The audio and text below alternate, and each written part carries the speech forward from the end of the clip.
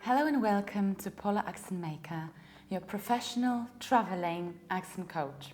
As you perhaps already know, I'm totally crazy about traveling. During a year, I organize usually over 10 different trips, and there isn't a single month when I don't go somewhere. Be it going to some new exotic place or going for the umpteenth time to my beloved countries like Αγαπημένη μου χώρα, Ελλάδα. And because the summer holiday season is on, but for some people like me, the holiday season is on all year round, I've decided to show you the most important and common traveling words you might mispronounce. To make you feel the traveling vibe more, I've decided to dress up accordingly. So, are you ready to go for a trip with me?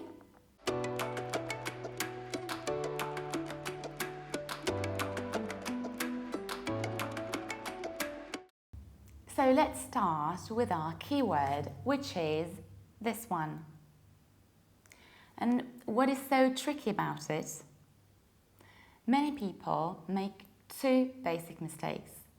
Number one, they pronounce it like travel or traveling. So they pronounce TR the way they would in the mother tongue.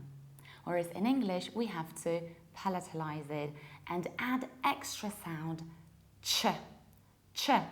So we say travel, travel, traveling. The second difficulty is about not reducing correctly the ending. So many people say travel, like velvet. And we have to say travel, vel. Imagine that this E in between V and L is not there. You eliminate it. Vel, travel, traveling. In American accent, the pronunciation of this word is very similar. We say travel. So we make tra a little bit wider. Travel. And now let's take a look at our example. I'd like to travel more. Or in American accent, I'd like to travel more. Number two. Another easy one. We have the same difficulty here. We don't say trip or trip, but we say trip, trip.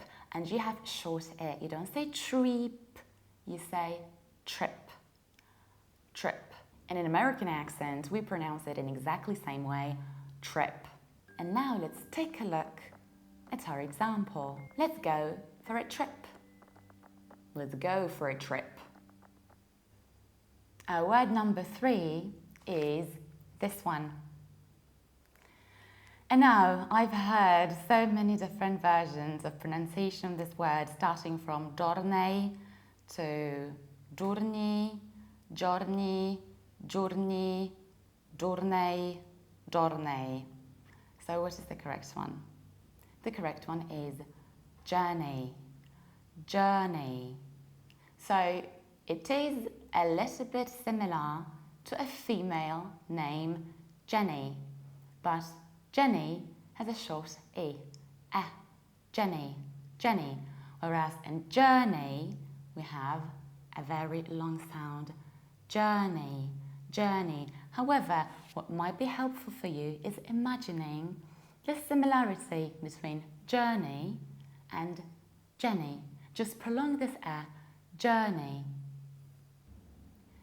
What might be helpful for Polish people is imagining a very famous Polish song which goes like Jenny, mam na imię Jenny, pojechałam w journey, czy już wiesz, jak to wymawiać poprawnie? Jenny. In American accent, we pronounce it in a very similar way. However, the vowel is a little bit more backward. So we say journey, journey, and we have very strong, very articulate, colored, juicy R. Journey, journey. And let's take a look at our example. This was the best journey of my life. Or in American accent, this was the best journey of my life. Our next word that means travel or journey is this one. Many people pronounce it like they do in French, so voyage or voyage. And that's true. En français, on dit le voyage comme dans une chanson. Voyage, voyage. And if you want to wish someone to have a good travel, to have a good trip, you can use this French expression, bon voyage. But in proper English, we pronounce this word in a little bit different way. We pronounce it like voyage. Voyage. I'm preparing my next voyage. Or in American accent, I'm preparing my next voyage. And now, an extremely popular word, this one. So many people pronounce it the way they would in the mother tongue. For Polish people, the common mispronunciation is saying hotel. Hotel, this hotel, that hotel. No, we have two mistakes here. Number one, it's not ho. We need to round it. Oh, ho, like ho, ho, ho, Merry Christmas. Ho, hotel, hotel. And the second mistake, the potential mistake, is stressing the first syllable, whereas we need to stress that second syllable, tell, hotel, hotel. In our example, it's the best hotel I've ever been to. And another super popular word, which is this one. It's not weekend, but weekend.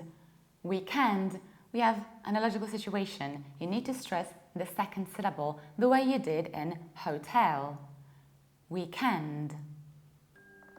So the British speakers would put the stress on the second syllable and they would say weekend. However, the Americans would stress the first syllable and they would say weekend, weekend. And let's take a look at our example. We chose this hotel for our weekend. And very often during your traveling, you can stay somewhere at a reduced price thanks to a special piece of paper allowing you to have some discount. And this piece of paper is called not Voucher. Voucher. No, it's Voucher. Voucher. And let's take a look at our example. This voucher entitles you to 10% off all services in our hotel. And now, a very special kind of holiday preferred very often by, among others, Polish people, so people from my country. Are you perhaps among those who say all-inclusive? I know that in many languages you have the equivalent of this word. In Polish it's, for example, inkluzywne, tak jak ekskluzywne with z. But in English there is no z, there is s. It's inclusive, exactly the same way we say exclusive. But now please go and say it to all those millions of people in my country who've been saying all-inclusive during their entire life. Some Polish people are so creative that they've even invented some abbreviated form from all-inclusive. And this is inkluza. Jestem na inkluzie. Masz inkluzę? To trochę jakby się miało jakąś chorobę weneryczną. Uważaj, ona ma inkluzę. And I was thinking for a pretty long time which example we could create here in order to make this inclusive easier for you. And I've come up with something like this. Moi drodzy Państwo, teoretycznie powinniśmy powiedzieć all inclusive z tym dźwięcznym w na końcu. Ale jeśli powiemy all inclusive, ubezdźwięczniając to w, to wielka tragedia się nie stanie. Zatem wyobraźmy sobie zdanie. Mieliśmy syf na all inclusive. I to jest ten sam syf. Mieliśmy syf na all inclusive. All inclusive. This is how you should pronounce it. All inclusive. Thank you for watching this special episode of Paula, the travelling accent maker. Today we covered the most important travelling words. Let's go through them once more. Today you've learned how to say correctly travel and travelling, trip, journey, or in American accent, journey, voyage, hotel, weekend, voucher, and all-inclusive. Please make sure that you've subscribed to my channel because there are going to be more and more of such travelling films. I also try to upload more pictures from my travels and trips on my Instagram. See you there!